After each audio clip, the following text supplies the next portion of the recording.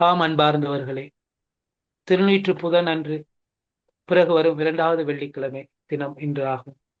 விபூதி புதன் என்று யோவேல் இறைவாக்கினர் வழியாக ஆண்டவர் கூறிய வார்த்தையானது, இப்பொழுதாவது உண்ணா நோன்பிருந்து அழுது புலம்பிக் கொண்டு உங்கள் முழு இதயத்தோடு திரும்பி வாருங்கள். நீங்கள் உங்கள் உடைகளை அல்ல, உள்ளத்தை கிழித்துக் கொண்டு என்னிடம் திரும்பி வாருங்கள் என்றார். நாங்கள் எமது வயதுகளுக்கேற்ப இப்பொழுது எத்தனையோ தவக்காலங்களை கடந்து வந்திருக்கலாம். சிலர் 5 வருடங்களாக இருக்கலாம், 10 வருடங்களாக இருக்கலாம், 15, 20, 25, 30, 35, 40, 50, 60, 70, 80 வருடங்கள் நாங்கள் இவ்வாறு கண்டு வந்திருக்கிறோம். நாங்கள் இந்த 40 நாட்களில் தினசரி திருப்பலிக்கு செல்வோம், திருமணி தியானங்கள் செய்வோம், நோன்பு இருப்போம், சிலுவை பாதை செய்வோம், தான தர்மங்கள் செய்வோம். இது வெறுமனே சம்பிரதாயத்துக்காகவா செய்கின்றோம்? இந்த 40 நாட்களுக்கு மட்டுமா அதை செய்ய வேண்டும்? இந்த 40 நாட்களில் நாங்கள் செய்து வந்த இந்த வருட கணக்கிலே எங்கள் உள்ளார்ந்தத்தில் உண்மையில் மனமாற்றங்கள் ஏற்பட்டுள்ளதா என்பது எங்கள் மனதை தொட்டு நாங்கள் ஒருமுறை கேட்க வேண்டும். எங்களுடைய உபவாசமானது எங்கள் பாவங்களிலிருந்து, தவறான வழிகளிலிருந்து விடுபடுவதாகும். வெளி தோற்றத்தில் நோன்பிலிருந்து எமது உள்ளத்தில் மனமாற்றம் இல்லாவிட்டால் அதில் என்னதான் பலன் இருக்கின்றது? இந்த தவக்காலமானது உண்மையான மனமாற்றத்தின் காலமாகும். எங்கள் ஒவ்வொருவரையும் மனமாற்றத்திற்கு அழைக்கின்ற காலமாகும். இந்த கத்தோலிக்க திருச்சபையானது எமக்கு தந்திருக்கும் திருவருட் சாதனத்தில் மிக முக்கியமான திருவருட் சாதனம் தான் ஒப்புரவு அருள் சாதனம் என்கின்ற பாவ சங்கீதனம். ஆகவே இன்றைய முதல் வாசகம் எசேக்கியல் 18, 21 முதல் 28 பார்ப்போம். ஆண்டவர் கூறுவது, தீயவரோ தாம் செய்த பாவங்கள் அனைத்தையும் விட்டு மனம் வாரி என் நியமங்கள் அனைத்தையும் கைக்கொண்டு நீதியையும் நேர்மையையும் கடைபிடித்தால் அவர்கள் வாழ்வது உறுதி. அவர்கள் சாகார். அவர் இழைத்த தவறுகள் அனைத்தும் அவர்களுக்கு எதிராக நினைக்க மாட்டார். ஆண்டவர் எதிர்பார்ப்பது, நாங்கள் எங்களது பாவ வாழ்க்கையில் இருந்து விடுபட்டு உண்மையான மனமாற்றத்தை காண வேண்டும் என்பதே. ஆகவே இந்த தவக்காலத்து நாங்கள் உண்மையான எங்கள் உள்ளார்ந்த கசப்பான பாவங்களை குருவானரிடம் அறிக்கையிட்டு பாவ மன்னிப்பு பெற வேண்டும். நாங்கள் சிலவேளை எங்கள் பாவ மன்னிப்பு செய்யும் போது எங்களுடைய பங்கில் இருக்கிற பங்கு தந்தையிடம் போய் நாங்கள் பாவ சங்கீதனம் செய்ய விரும்புவதில்லை. ஏன்னு சொன்னா, நான் அப்படி பாவ சங்கீதனம் செஞ்சா சில நேரம் என் பங்கு தந்த என் பாவங்களை நினைச்சு, என் குற்றம் குறைகளை நினைச்சு என்னை தப்பா நினைப்பாரா அப்படிங்கிற ஒரு ஒரு குற்ற உணர்வு எங்களுக்கு இருக்கும். அன்பார்ந்தவங்களே, நாங்க பாவ சங்கீதனம் செய்யறது இயேசுவின் பிரதிநிதியா இருக்கிற அந்த குருவானிடம் தான் செய்யறோம். அவர் இயேசுவுக்கும் எங்களுக்கும் ஒரு பாலமாக திகழ்கிறார். குருவானவர் யாருடைய பாவ சங்கீதனையும் இதுவரைக்கும் யாரிடம் போய் சொன்னதாக சரித்திரம் இல்லை. அன்பார்ந்தவர்களே, இழைத்த தவறுகள் எமக்கு எதிராக ஆண்டவர் ஒரு பாதும் நாங்கள் நினைக்க மாட்டார். நாங்கள் எந்த பாவ நிலையில் இருந்தாலும் எங்களை அன்பு செய்து அதில் விடுவதற்கு தான் ஆண்டவர் தன் ஒரே மகனை இந்த உலகத்திற்கு அனுப்பினார்.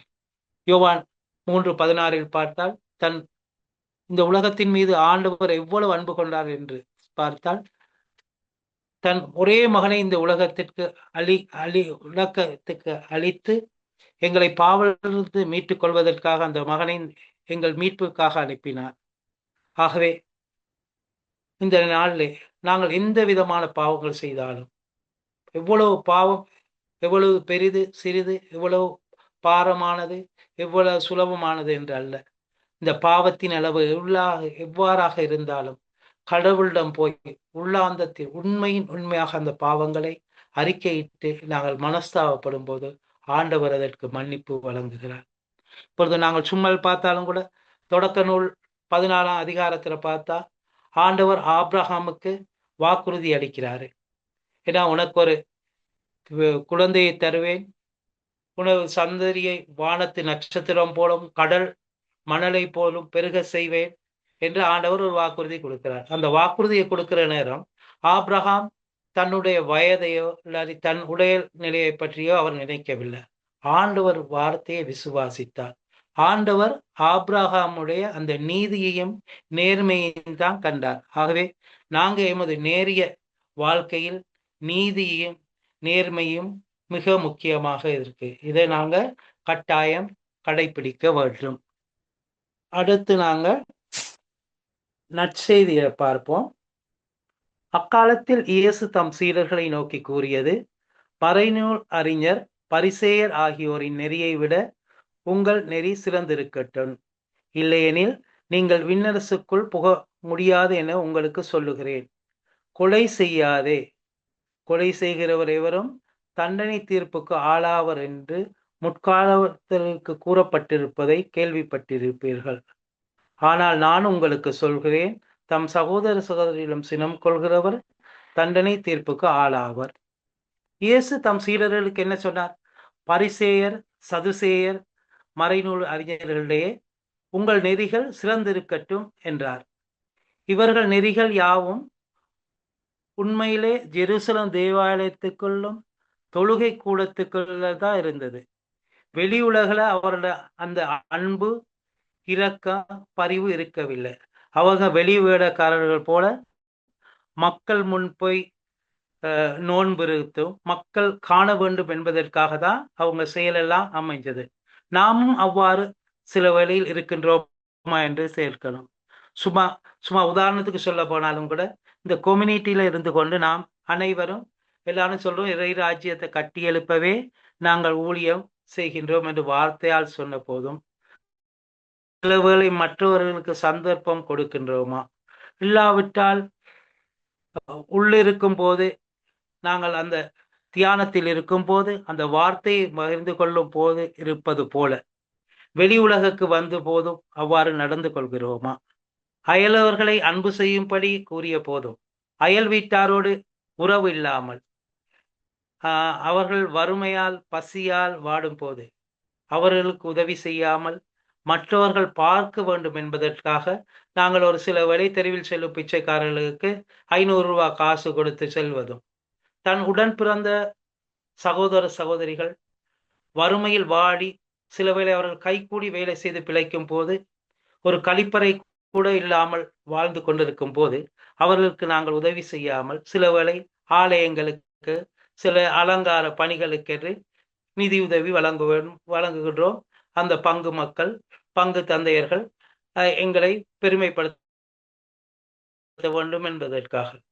அதே போல் தன் உறவுகளின் அயலவர்கள் பிள்ளைகள் சில வேளை பாடசாலைக்கு செல்ல முடியாமல் உண்ண வழியின்றி உடுக்க உடுப்பின்றி இல்லாதிருந்த போது நாங்கள் அவர்களுக்கு மனதார சில வேளை உதவி செய்யாமல் சமூகத்தில் உயர் நிலையில் உள்ளவர்கள் ஒரு சில வேளை எங்களிடம் வந்து நிதி திரட்ட வந்தால் நாங்கள் பெரிதாக டொனேஷன் கொடுப்பதும் ஒரு வெளிவேடம் போல்தான் இருக்கின்றது. ஆகவே இந்த வெளிவேடத்தை ஆண்டவர் வெறுக்கின்றார். அதே போல் அடுத்து சொன்னால் நற்செய்தியிலே கொலை செய்யாதே. இங்கு கொலை செய்யாதே என கூறப்படுவது நாங்கள் கொள்கின்ற கோபத்தை, சினம், பகை கொள்வதை குறிப்பிடுகிறது. சகோதர சகோதரிகளே இருக்கலாம், நண்பர்களாக இருக்கலாம், சில வேளை நாங்கள் அயலவர்களாக இருக்கலாம், நம் வேலை செய்கின்ற வேலை தளத்தில் இருக்கின்ற பணியாட்களாக இருக்கலாம், இல்லாவிட்டால் எங்களை பொஸ்ஸாக இருக்கலாம். இவர்களுக்கெல்லாம் நாங்கள் சில வேளை அவர்களோடு ஏதோ ஒரு காரணத்திற்காக அவர்களோட பகையாக கோபமாக இருக்கலாம். இருப்பினும் ஆண்டவர் சொல்லுகிற போல நாங்கள் இவர்களோடு நல்லுறவு ஏற்படுத்தி கொள்ள வேண்டும்.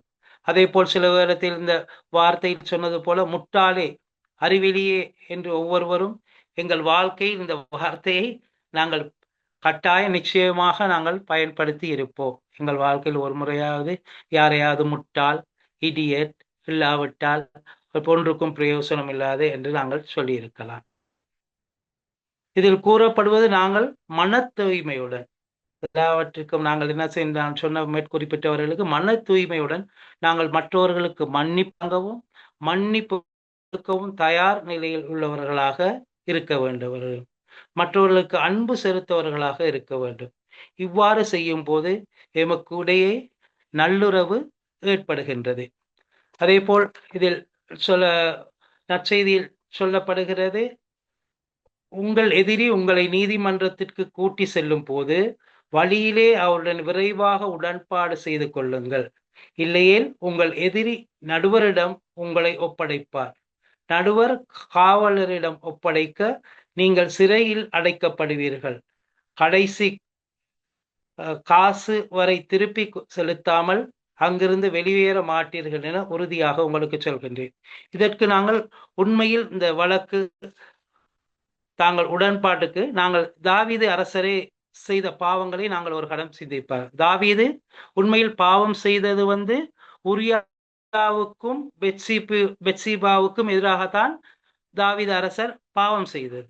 இருப்பினும் தாவீது கடைசியில் என்ன ஆண்டவரிடம் போய் தன் பாவங்களை அறிக்கையிட்டு மன்னிப்பு கேட்டு மனமாற்றம் பெற்றார். நாங்கள் திருப்பாடல் 51 பார்க்கலாம், கடவுளே உமது பேரும்பல் கேட்க எனக்கு இறங்கும், உன் அளவற்ற கேட்க என் குற்றங்களை துடைத்தருளும், என் தீவினை முற்றிலும் நீங்கும்படி என்னை கழுவி அருளும் என்று பாவ அறிக்கையிட்டு அவர் அந்த பாவத்திலிருந்து இறைவன் அவர் மேல் இருக்கின்ற என்றாவது அந்த தீர்ப்பு வழங்குவதிலிருந்து அவர் விடுபட்டார்.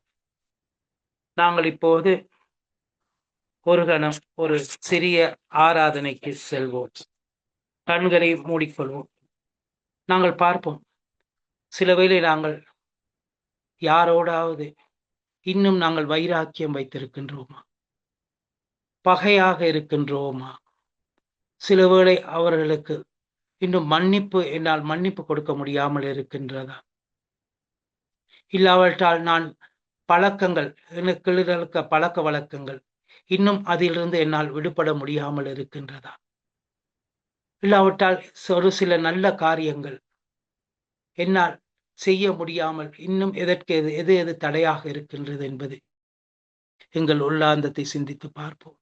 நாங்கள் மௌனமாக இருந்தவாறு இந்த தவக்காலத்திலே இந்த பழக்கங்களை நான் கைவிட தீர்மானம் எடுப்பேன். இந்த நல்ல பழக்க வழக்கங்களில் ஒன்றையாவது நான் மேற்கொள்ள இருப்பேன் என்பதை நாங்கள் திருச்செங்கோல் கூடுவோம்.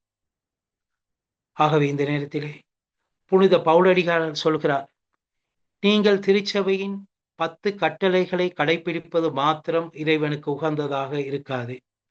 கிறிஸ்துவின் மீது நீங்கள் கொள்ளும் விசுவாசம், நம்பிக்கை உங்களை நீதிமான மாற்றும் ஏற்புடையவராக்கும் என்று.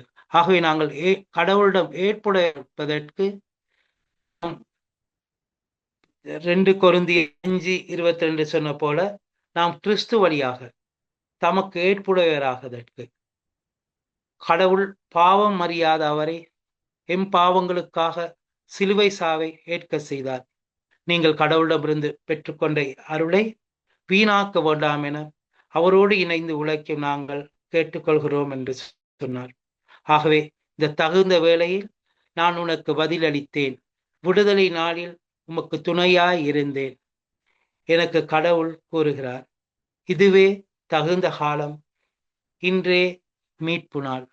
ஆகவே இந்த மீட்பு நாளிலே, இந்த தவக்காலத்திலே நாங்கள் எங்களுடைய உள்ளாந்தத்தை பரிசோதித்ததோடு இந்த தவக்காலத்திலே நாங்கள் எங்கள் வாழ்க்கையிலிருந்து, பாவ வாழ்க்கையிலிருந்து விடுபட்டு மேலும் ஒரு நல்வாழ்வுக்கு செல்வதற்காக இந்த 40 நாள் தவக்காலத்தை பயன்படுத்திக் கொள்வோம்.